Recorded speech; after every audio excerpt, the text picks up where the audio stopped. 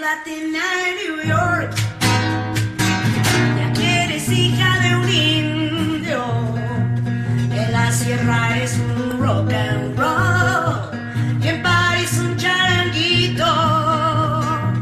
Magdalena del mar, te canto porque te quiero, porque en ti veo a toda mujer que sobresale en mi pueblo. Mira, esta puesta del sol, contemplas plena la unidad. Porque no hay dignidad sin justicia. Porque no hay vivir bien sin justicia. Porque este es un proceso con memoria. ¡Goni a la cárcel ya! ¡Goni a la cárcel ya! Justicia para el pueblo. ¡Goni a la cárcel! Goni a la cárcel. Justicia para el pueblo. Goni a la cárcel. Justicia para el pueblo. Buenas noches, estamos en Despatriarcalización Ya. Esta noche vamos a rendir un homenaje a las hermanas y a los hermanos caídos en lo que fue la masacre de octubre. Vamos a hacer memoria porque no hay proceso sin memoria, porque no se puede hacer una revolución sin memoria, porque de octubre quedan temas pendientes, porque también hay indignación por la impunidad de Gonzalo Sánchez de Lozada, que aún vive libre y protegido en los Estados Unidos. Les presento a nuestros invitados. Está esta noche con nosotras Rogelio Maita, abogado de las víctimas sobrevivientes, activista, incansable. Son 13 años, Rogelio, bienvenido, gracias por estar aquí. Gracias Adriana. Primero es un gusto aparte estar acá en el programa, realmente para gritar despatriarcalización ya. Ya, pero ya. Muchas gracias, Rogelio, bienvenido. Está con nosotros también esta noche Mercedes Márquez, activista, representante también de las mujeres salteñas, de la... Ha sido parte de octubre, ha estado también en la Asamblea Feminista, en el Feminismo Comunitario. Bienvenida, hermana Mercedes. Gracias, agradecerle por la invitación, no olvidándonos de octubre que nos ha pasado el 2003. Son 13 años que no hay justicia, que Goni sigue libre fuera del país. Con nosotros está también Jimena Tejerina. Jimena, ¿vos estabas aquí? Ya, ¿estabas aquí el 2003? No estabas en Potosí. La Jimena nos va a contar lo que ha significado desde Potosí. Les propongo en este primer sector realmente hacer memoria desde lo personal, desde dónde estábamos, cómo participamos, cómo vimos las cosas. Tú te involucras en todo esto, Rogelio, porque también estabas cercano a todo lo que fue la masacre de octubre. Bueno, ¿quién no ha estado en la ciudad de La Paz o El Alto? Cercano a esos hechos, conmovido por esos hechos, en realidad en Bolivia toda, ¿no? A mí me tocó una situación muy particular, la noticia, porque yo tenía clases en la universidad, en ese tiempo daba clases en la Universidad Católica en la mañana, no había gasolina, era un clima un tanto raro, ¿no? Tenso. Fui no obstante a las clases y después en horas de la tarde, comienzo de la noche, estaba departiendo. Era el día siguiente, era el día del abogado, pues en octubre, ¿no? Y estábamos con algunos colegas abogados, ¿no? Cuando nos llegó la noticia, ¿no? Con mucho espanto, porque empezaron a llamarnos por celular a algunos amigos. Nosotros estábamos un poco celebrando el día del abogado y de repente suena el teléfono y la comunicación que uno recibe es todo lo que se estaba desarrollando en el Alto, ¿no? La familia que llamaba horrorizada para contar eso y era ese teléfono de uno y el otro y todos quedábamos espantados, ¿no? Corriendo a encender la radio, encender la televisión y de repente llevados a un mundo de pesadilla, que algo inconcebible, no nos cabía en la cabeza, ¿no? Y eso era el 11 de octubre, ¿no? Y yo recuerdo haber estado hasta muy tarde ahí tratando de seguir noticias, de escuchar la radio junto con otra gente, y realmente era difícil concebir el sueño ese día. Le quedaba a uno un vacío en el estómago terrible. Y así al día siguiente, lo primero que encuentro al despertar son noticias de que la masacre todavía continuaba, ¿no? Continuaba. O sea, día tras día. Día tras día. Y bueno, los días posteriores, inclusive el día domingo, lo único que atina a hacer es a tratar de decir, ¿y ahora qué hago? ¿En qué ayudo? ¿Qué se puede hacer? ¿No? Y eso me llevó a estar, en diversas de las marchas, a veces inclusive en la singularidad de uno, porque a ratos ese ratito no estaba el sindicato el sindicato de abogados no se pronunció en esos días, por decirlo de alguna manera. Entonces me tocó unirme a las marchas solos, terminé ayudando un poco a los mineros de Huanuni que estaban alojados en la UMSA, estuve marchando con ellos, también con otros sectores, ¿no? A lo largo de todos esos de esos días, ¿no? ¿Y cómo termina siendo el abogado de las víctimas y sobrevivientes?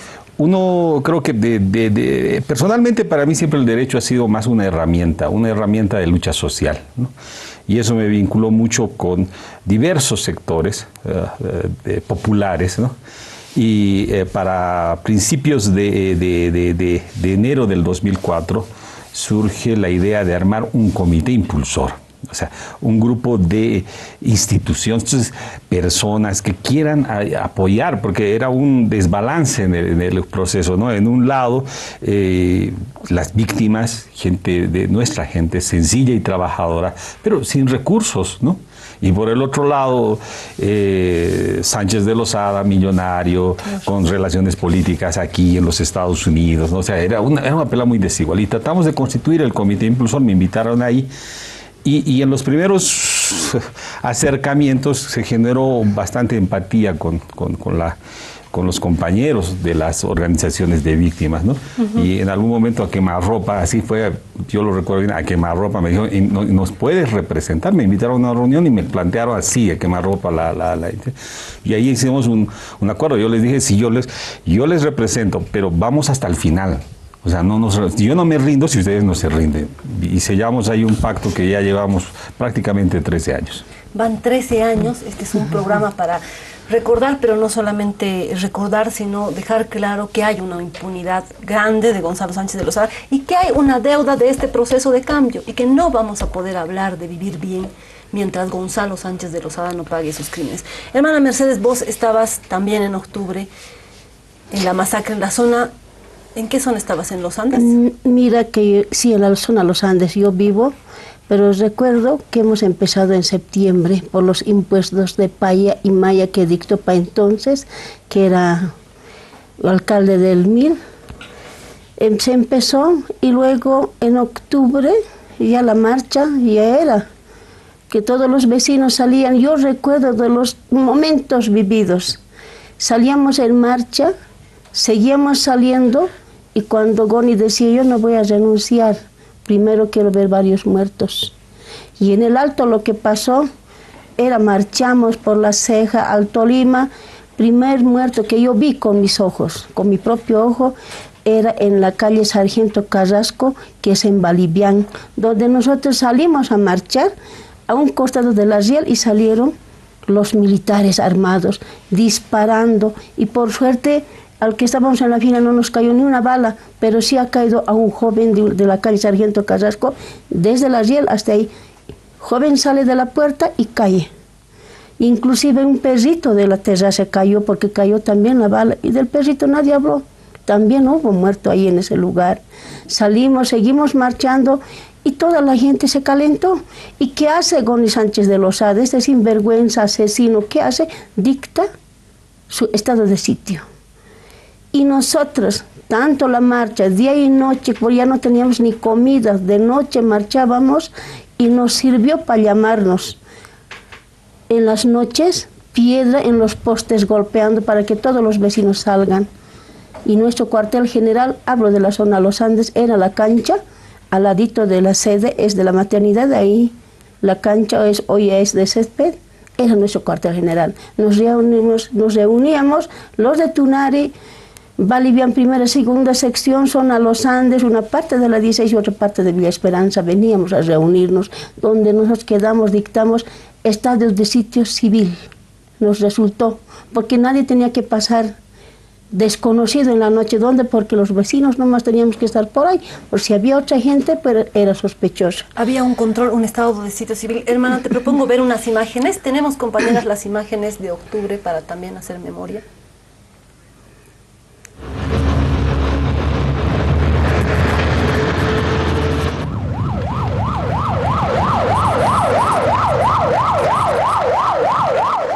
Era de civil, la ha matado al joven, la ha disparado a Chito.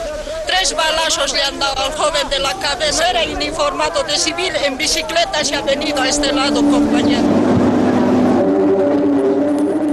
Que me haga justicia, cómo voy a sobrevivir con mi hijo. Quiero la renuncia del presidente porque es un asesino que ha matado de Voy a renunciar.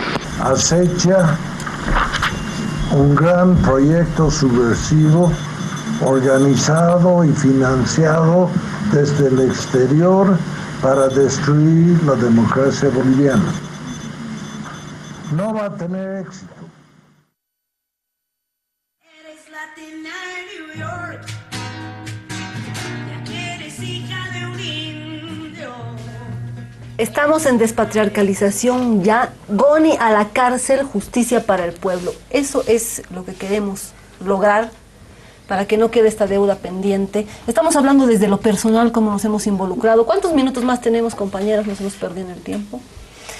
Jimé, vos estabas en Potosí, pero las noticias llegaban. Yo sentía desde La Paz, el Alto, que el país no se conmovía, no había una respuesta.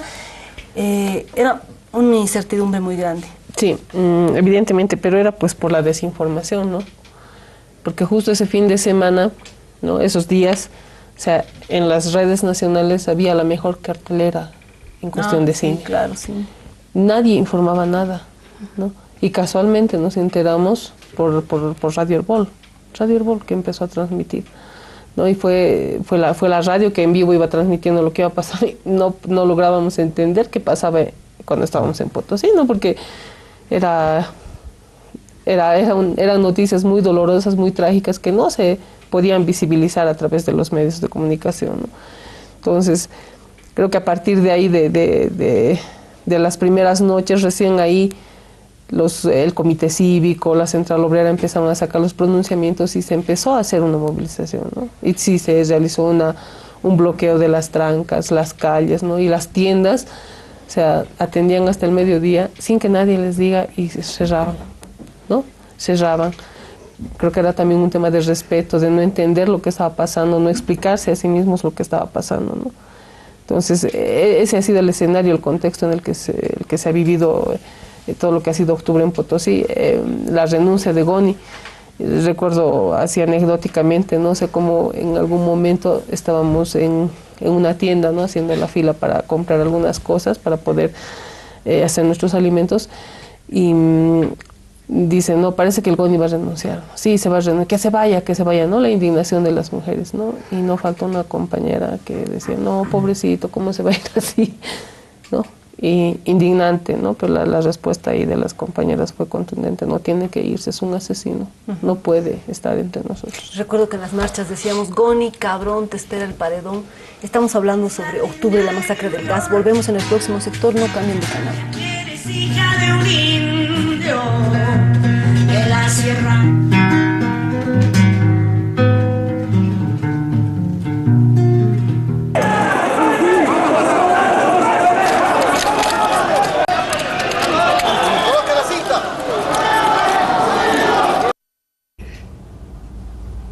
Estamos en despatriarcalización ya. Goni a Chonchocoro. Eso es justicia para el pueblo. Eso es proceso de cambio. Tenemos una deuda pendiente de 13 años. Adri, ¿tú qué onda? ¿Dónde estabas el 2003? ¿Qué hacías? El 2003, bueno, la masacre del gas, yo un poco antes vivía, unas 2 semanas me traslado de Villarela para vivir en Pampaja, sí, pero lo importante para nosotros como feminismo comunitario, y quisiera compartirlo ahora, es que es en la masacre de octubre que nos planteamos como feministas, que reconocemos el patriarcado y que planteamos la comunidad, porque lejos de la mirada que hay, que sobre todo de los compañeros, como mujeres estuvimos en la masacre, pero salvamos la vida. Son pocas mujeres, hablábamos contigo, hermana, esta tarde por teléfono, son pocas mujeres las que hemos muerto. Y hay compañeros que dicen, bueno, es que todos han entregado el cuerpo. Sí, pero las mujeres hemos defendido la vida, porque teníamos que volver a criar a las guaguas. Cuando salíamos del barrio, las guaguas se quedaban, porque teníamos guaguas que se quedaban con las más mayores, en mi caso mi mamá, otras vecinas nos decían, vayan, sáquenlo al gringo. Pero aquí tienen que volver, porque a estas guaguas hay que terminar de criar. Y recuerdo que en la Sagárnaga, las que fuimos de mi zona, entre las que estaba mi cuñada, por ejemplo, cuando pasábamos estaban los francotiradores disparando de la policía turística. Las mujeres decidimos pasar por un costadito apoyadas en la pared porque sabíamos que habían francotiradores. Detrás de nosotros venían los compañeros y decidieron pasar todos juntos y mataron ahí a uno de los compañeros, ¿no? Entonces nos dimos cuenta que la concepción del cuerpo era distinta. Los compañeros, por la rabia, la indignación, realmente decidieron correr más riesgo y nosotros decidimos cuidar la vida, ¿no? Y esa es la diferencia de los cuerpos que nos lleva después a plantearnos como feministas y reconocer que hay un sistema patriarcal que se construye sobre el cuerpo de las mujeres. ¿Por qué? Estábamos ahora en otro acto para recordar octubre y Giovanni Samanamud decía, a nadie le importaba que maten en el Alto porque la vida de un indio no valía nada. Y sentíamos eso desde La Paz, ¿no? O sea, decía él, y yo digo, a las mujeres nos matan todos los días y no le importa tampoco. Entonces, ¿dónde aprendemos que la vida de un indio no vale nada? En el cuerpo de las mujeres que nos matan todos los días, y por eso nos planteamos como feministas y planteamos el patriarcado. Viene de la masacre del gas. La memoria del feminismo comunitario viene de la masacre del gas. Y también, una cosa más, no queríamos después de los días de paro, y a pesar de que había muertos y que recogíamos los cuerpos y todo, no queríamos volver a nuestras casas, honestamente porque en nuestras casas estaba peor. Primero, que no había que comer, el neoliberalismo nos había dejado sin nada, en las calles había olla común, organizábamos, y segundo, porque había violencia pues en las casas. Y los días que estuvimos fuera, no había violencia en las casas, porque estábamos fuera, entonces había otra forma, fue un encuentro también con la comunidad. Entonces, la masacre del gas ha sido un momento fundacional para el feminismo comunitario, pero yo quisiera ahora empezar a tocar la parte legal. Hermana, ¿qué se hace después, hermano Rogelio? ¿Cómo se sigue la parte legal después de que firman hacen este acuerdo simbólico de no rendirse? Son 13 años. Bueno, se ha venido impulsando. Creo que una de las importantes conquistas es haber mantenido un proceso de justicia. En algún momento lo compartíamos con los compañeros y compañeras, ¿no? Y yo se los decía, bueno, aquí estamos cambiando de alguna manera la historia, porque antes se masacraban a nuestros abuelos y no había procesos. Claro. Antes se mataban a nuestros padres y pues no pasaba casi nada. O sea, a lo mucho el Estado, ni siquiera los responsables pasaban unos pesos como en Amayapampa, Capacirca, y todo quedaba ahí como si no hubiese pasado nada. Y en este caso, o sea, en que hubo la masacre, los hombres y mujeres decidieron hacer un proceso de justicia. La gente sencilla y trabajadora, del Alto, de Guanuni, de Ovejuyo, de todo, impulsaron un proceso. Y lo mantuvieron vigente y en ese proceso ha habido avances y ha habido reveses, ¿no? Los avances es que se ha conseguido una sentencia inédita, que es un precedente. Hace el 2011, el alto mando militar de Sánchez de Lozada en la cárcel, 4 generales, un almirante, por el hecho de la masacre. Aun cuando hayan dicho que estaban cumpliendo órdenes, eso no sirvió de nada. Cuando las órdenes van a violentar derechos humanos y ponen en riesgo la vida misma, o sea, no hay orden que valga, ahí tienen que responder. Ese es el precedente. Los exministros de Sánchez de Lozada han huido del país para no enfrentar el juicio. Se han sometido a una pena de autoexilio. Y nosotros sabemos que ese autoexilio a unos más que a otros les duele mucho y les duele cada día. El más duro revés, que Sánchez de Lozada y Sánchez Berzaín estén impunes en los Estados Unidos. O sea, se tiene una orden de captura internacional para que le ejecute Interpol, pero Interpol, Estados Unidos, nunca Se tiene la orden de captura internacional, pero no lo ejecuta, ¿no? Se han realizado 2 solicitudes de extradición a los Estados Unidos y no pasa nada. O sea, hoy lo que resulta absolutamente indignante es que no podamos tener justicia porque el gobierno de los Estados Unidos ha protegido y está protegiendo sistemáticamente a Gonzalo Sánchez de Lozada y Carlos Sánchez Berzaín. Y lo que duele es que en un horizonte corto, incluso mediano, de mediano plazo, todo nos hace prever que va a seguir manteniéndose ese halo de protección, ¿ya?, hacia Gonzalo Sánchez de Lozada y Carlos Sánchez Berzaín, que se motiva en algo muy simple, una política de Estado de los Estados Unidos de proteger a quienes han servido a sus intereses, ¿no?, claro, económicos, políticos, geopolíticos. Y eso ocurrió con el caso de Sánchez de Lozada y Sánchez Berzaín. Fueron buenos sirvientes y ahora están siendo protegidos. Hermana, se iniciaron procesos legales, pero también hubo una justicia desde el pueblo. Los castigamos con el voto, desaparecieron esos partidos políticos, por lo menos por unos años. Tenemos que seguir castigando, nunca más debe volver esa política de la derecha, mal llamado de la derecha, porque lo único que han hecho es saquear primero nuestros recursos, luego pues asesinar y matar al pueblo de la ciudad del Alto. Empezó FEJUVE. Y no me voy a olvidar, está en mi corazón lo que marchamos, lo que nosotros hemos visto las cisternas, cómo pasaban. Mientras pedían auxilio en Río Seco, mandábamos a jóvenes que ayuden, nosotros haciendo caer las pasarelas, mujeres. Y en ese momento pasó la cisterna sin piedad, cuando comandado y los conscriptos alrededor que disparaban al aire, y esas balas han llegado a los que han fallecido. Por eso mismo decir, allá en Estados Unidos han sido sirvientes y hoy tienen la sinvergüenzura de todavía desde allá hablar, a querer opinar. ¿Con qué moral? Estados Unidos cobija a sus sirvientes, a sus lacayos, y tiene que terminarse con esto. Si este proceso hoy hemos cambiado, nos falta mucho. Tiene que estar aquí Sánchez de Lozada para poder pagar todo lo que se usa aquí en Bolivia. El Alto, en ese momento no podíamos recibir ayuda porque todos estaban desinformados y bajamos nosotros hasta Miraflores marchando día y noche. Otros bajábamos en la mañana, otros subiendo. Otros bajábamos en la tarde, otros subiendo. No teníamos alimento. Y nos echaban con agua algunos de sus edificios porque ya estábamos cansados. Lo único recibíamos. Luego, después, el último, se suman de Ubejuyo, provincias, llamadas que teníamos psicológicamente que decían van a venir, y desde la zona sur, de aquí de la ciudad, no serán todos, pero cuando nos decían ya están llegando los mineros, están llegando los campesinos, y nosotros alegres que vengan. Lo que hemos pasado, todos los que hemos asistido en ese masacre, la gente civil, lo único su arma era la verdad, y gritar, Goni debe irse. No se vende gas ni por Chile ni por Bolivia. El Alto ha defendido para todos. No hemos sido egoístas. Esas mujeres y esos hombres han perdido la vida. Hemos ofrendado más de 65 muertos y centenares de heridos. Niños, hasta animalitos, ya les he contado. Perdido y tiene que regresar. Nunca de rodillas. El Alto de pie y Nunca de rodillas. El Alto de pie. Nunca de rodillas. El Alto de pie. Nunca de rodillas.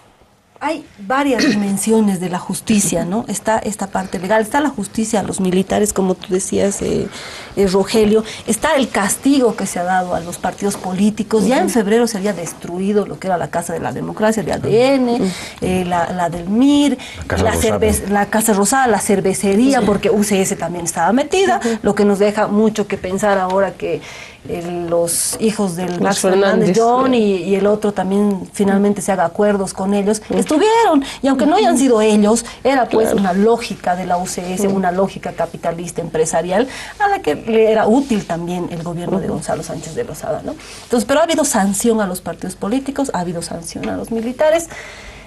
Está Gonzalo Sánchez de Lozada impune. A mí me gustaría saber qué ha hecho el gobierno, si realmente ha cooperado, se ha realizado las gestiones. Sabemos que está protegido, primero estaba por Bush, después por Obama, sabemos que hay protección, pero se han hecho las gestiones suficientes. Sobre eso vamos a seguir hablando con el Rogelio, la hermana Mercedes Márquez, en el próximo sector. No cambien de canal.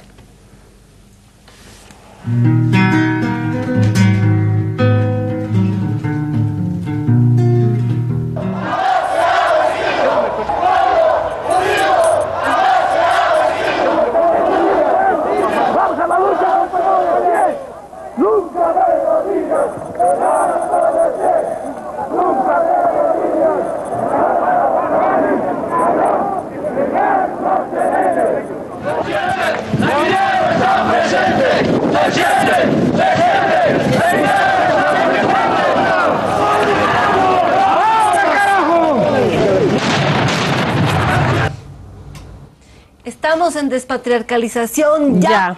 Goni a la cárcel, justicia para el pueblo. Nos habíamos ido con esta pregunta, la pregunta del millón.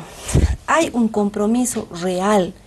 ¿Ha habido una voluntad política con recursos, pensada con estrategia desde el gobierno para apoyar al comité impulsor para lograr que se extradite a Gonzalo Sánchez de Lozada?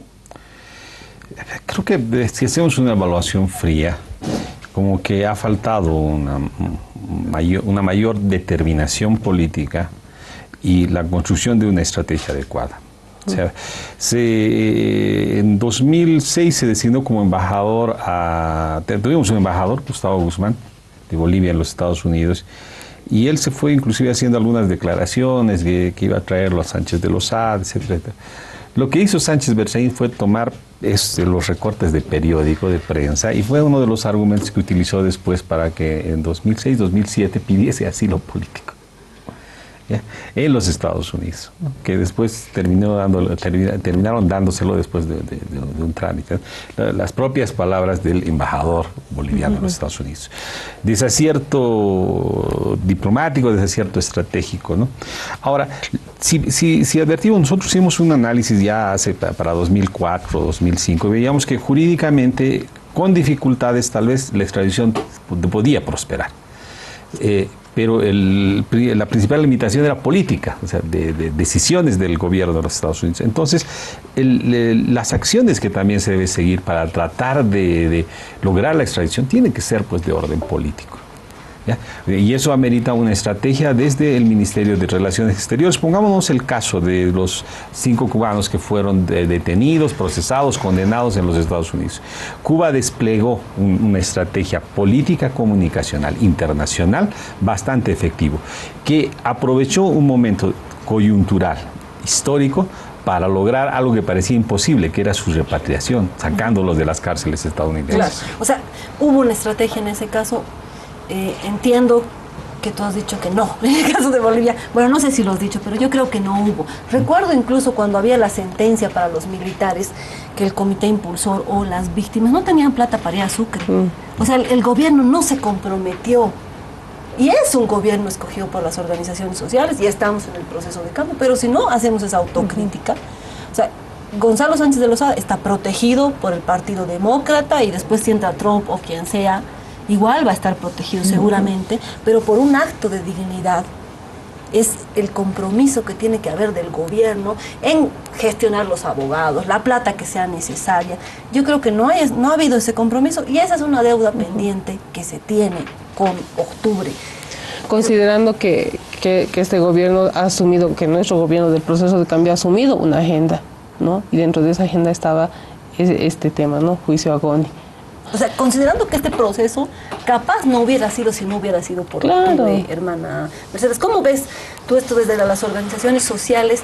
También eres asambleísta. ¿Cómo ves este compromiso del gobierno?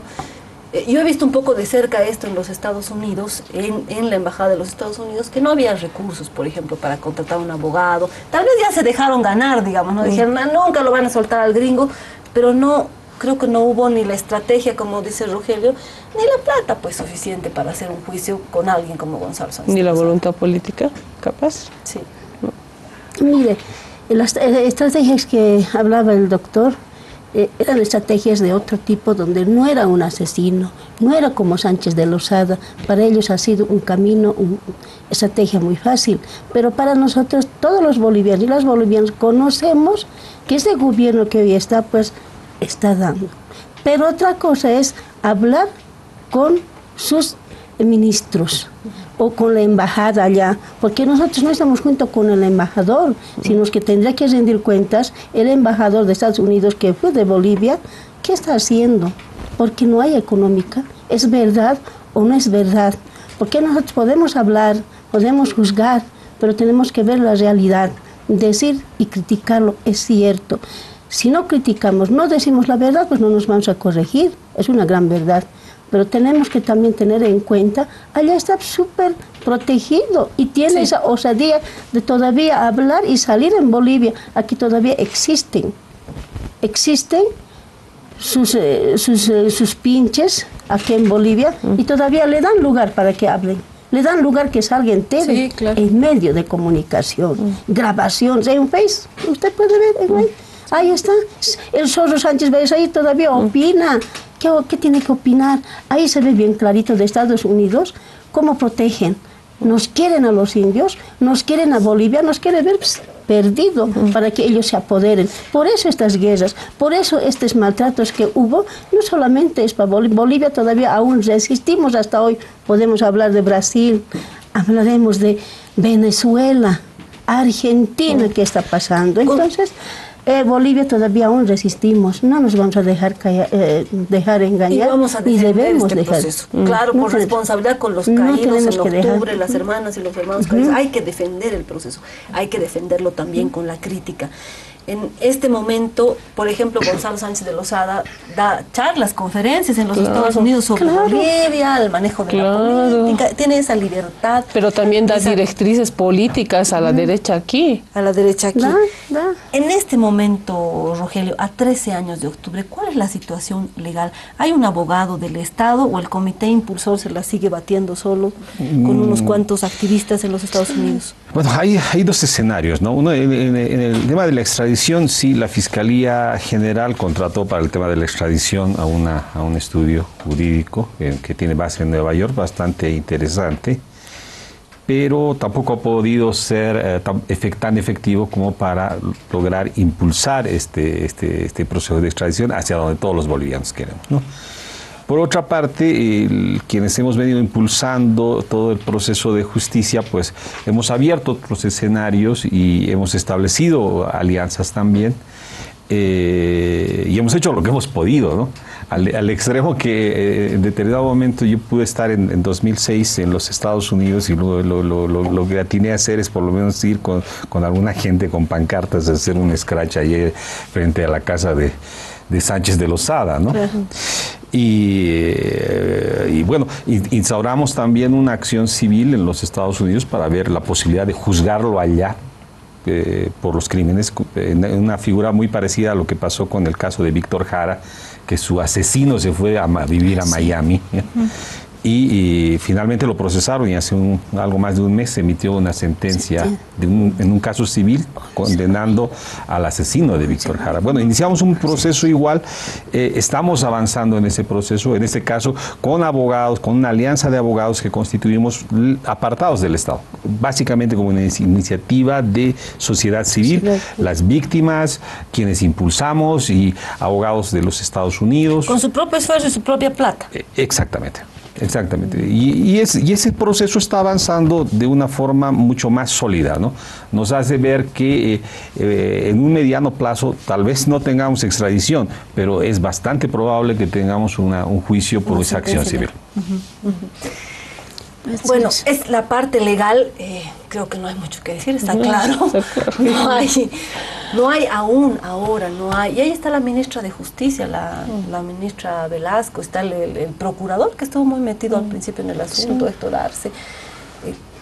Hay una deuda pendiente con el alto. Está la cumbre de justicia, está la refundación de la justicia y cómo se puede refundar. ¿Cómo vamos a refundar con Goni impune? ¿No? Claro. Y sí, está protegido, pero queremos ver que realmente haya los esfuerzos. Estamos en los últimos minutos de este bloque. ¿Qué temas nos ha dejado, hermana Mercedes? ¿Qué tareas pendientes nos ha dejado octubre, la masacre de octubre? ¿Y cómo se han ido cumpliendo en el proceso de cambio? ¿Nos falta? Mire, se han cumplido, pero nos falta que lleguen.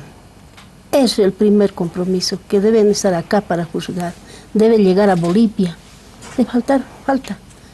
Pero sí se ha cumplido. Lo que el pueblo ha pedido es el cambio y tenemos de verdad un cambio, hemos visto. Pero a la medida que van siendo, pues nos falta que lleguen desde allá. Esa agenda de octubre, por ejemplo, la agenda de octubre debe cumplirse con la llegada de ellos. Ahí recién vamos a decir que se ha cumplido, si no, no. Mientras allá siguen protegidos, grandes gabonales adinerados, va a seguir allá. Vamos a seguir chillando desde aquí. Vamos a seguir yendo hasta allá, venir o ir allá. Ahí tienen voluntad, los abogados van a llegar, van a venir. Pero ¿será que Sánchez de Lozada tiene tanto poder allá en Estados Unidos que felizmente da cursos, charlas y camina allá Esto es protegido? Importante, lo que dice la hermana Mercedes, para quienes desde el gobierno, desde las organizaciones decimos, la agenda de octubre se ha cumplido y ha habido asamblea constituyente. Hay un punto fundamental en la agenda de octubre y es que estén aquí para ser juzgados. Eso. Vamos a seguir discutiendo en el último bloque sobre esas tareas pendientes del proceso de cambio. Estamos en Despatriarcalización. Ya que eres hija de un hijo.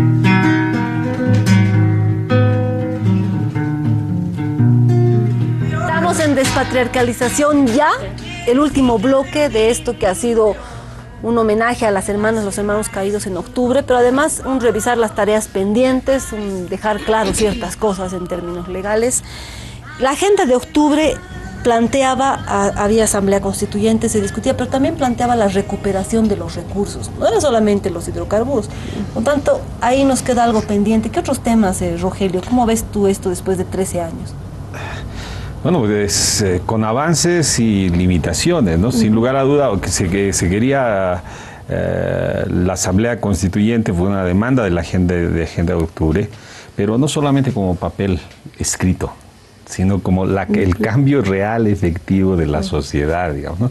Y todavía estamos en ese proceso, ¿no? Cambiamos el papel, tenemos una constitución en términos de doctrina, de derecho de avanzada, podemos decir, pero en la realidad como que en varios aspectos nos quedamos cortos todavía. El derecho al agua es un derecho humano, pero hay muchos sectores que eso no se ha concretado.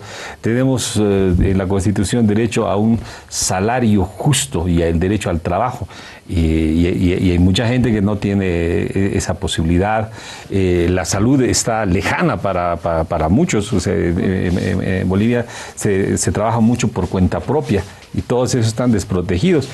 Los trabajadores asalariados por lo menos tienen la Caja Nacional, que mal es un seguro. ¿Ya? Los demás, ni eso, ¿no? Entonces, ahí tenemos que volver realidad esa constitución política del Estado.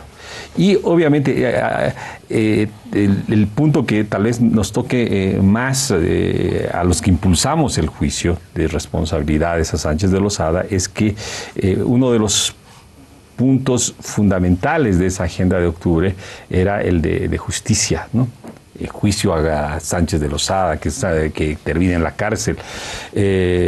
Inclusive Carlos Mesa, después de que huyó Sánchez de Lozada, subió al alto ahí, y en la pasarela cerca de la ceja, dijo, no mano dura, dijo mano justa.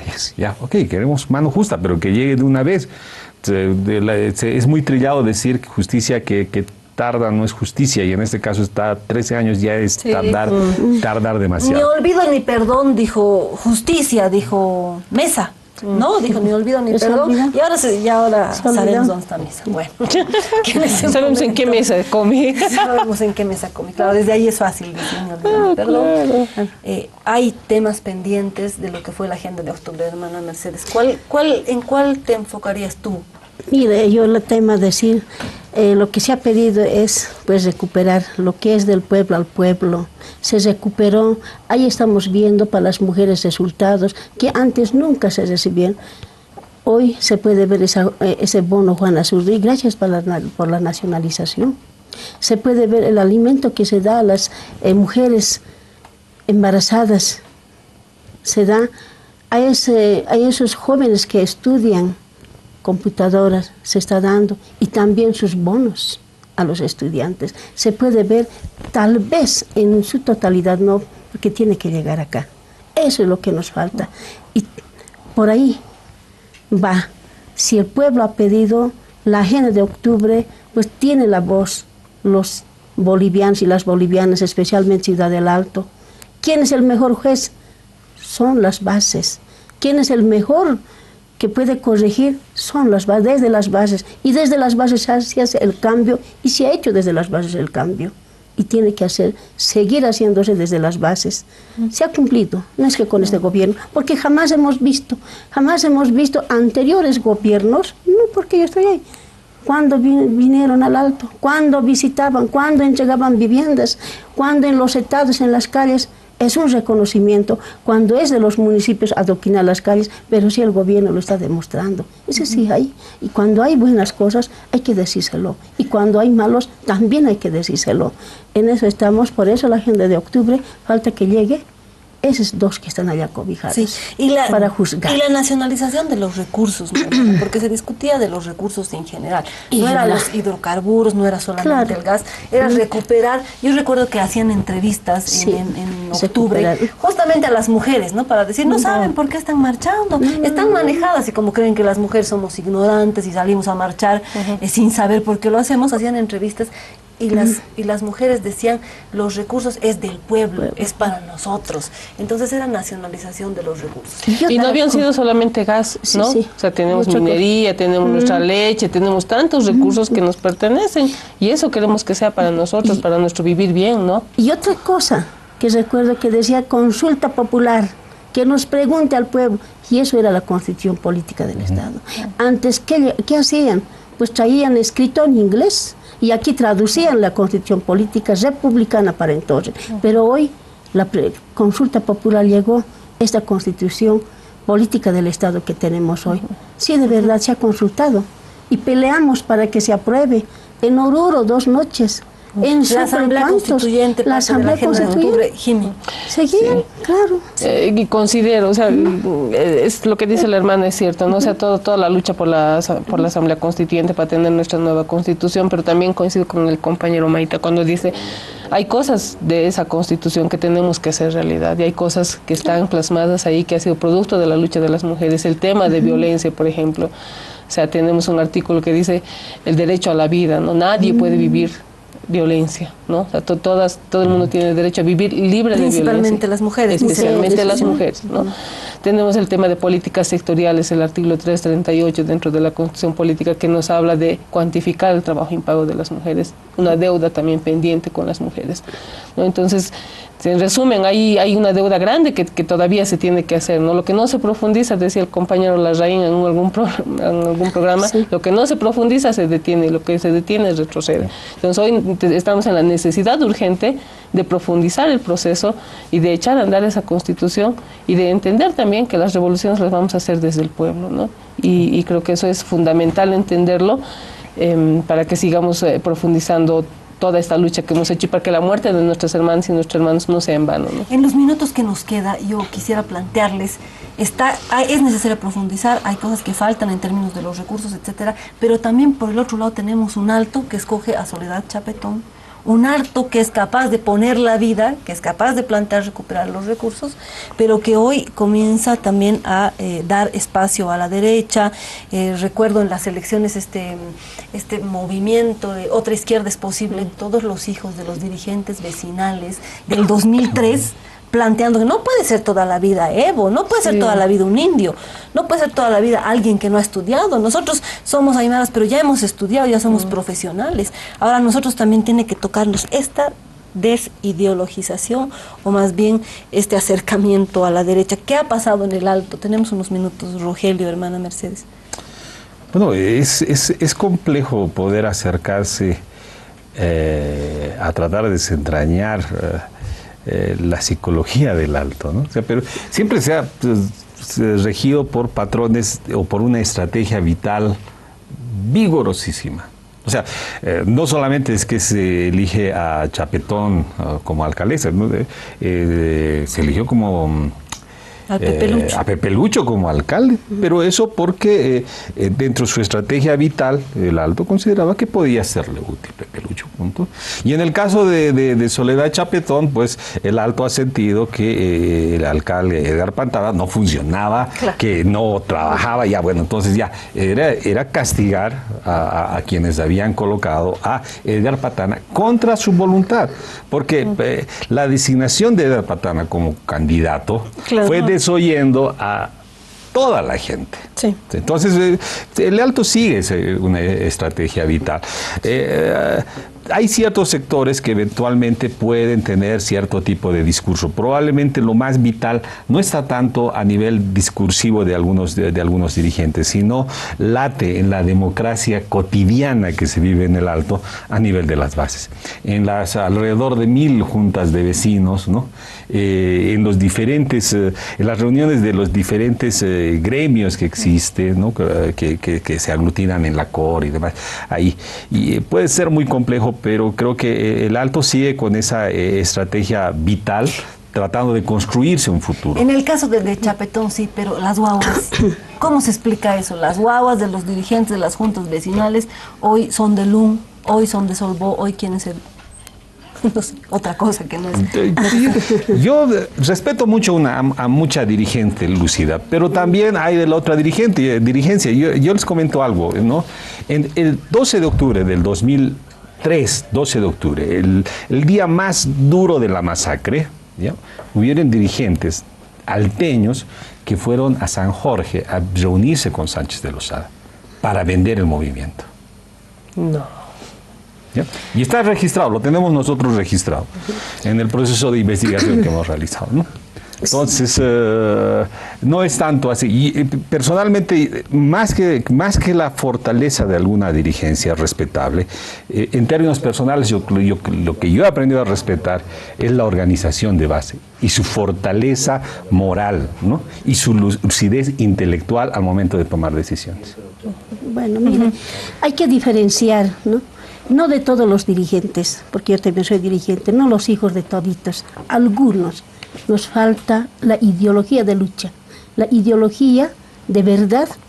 Tenemos que ideologizarnos, pero no porque nos han impuesto antes, ya conocemos todos con esa mentalidad, crecen algunos y ahí, pero también quiero decir, mire, hay que diferenciar, donde decía, la COR es una institución, es un nombre, y los dirigentes son otros.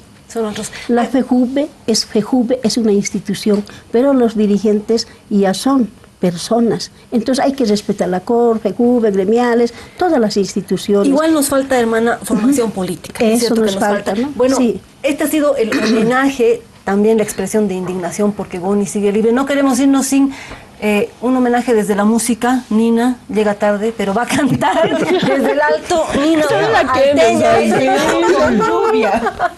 Entonces, ¿tenemos la pista de la Nina?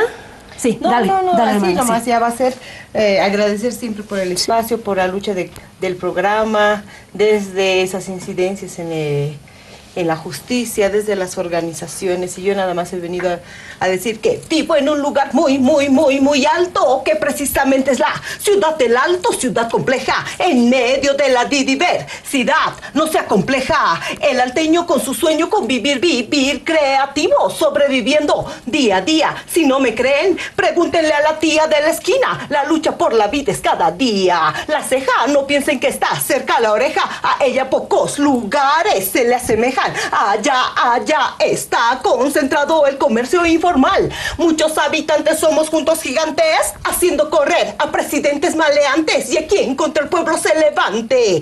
El Alto, en la batalla, nadie nos calla. El Alto, en la batalla, nadie nos calla. Y aquí representando a la ciudad del Alto, Nina Uma en acción, mujer revolución.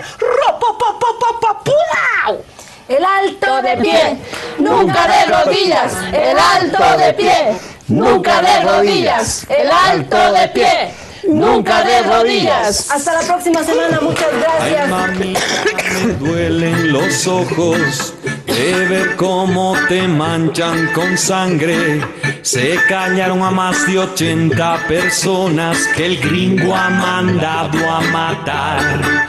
Goni, go home. Ay, mamita, tengo los oídos. Eres latina en New York, ya que eres hija de un indio. En la sierra eres un rock and roll, y en París un charanguito. Magdalena del mar, te canto porque te quiero, porque en ti veo a toda mujer que sobresale mi pueblo. Mi la puesta de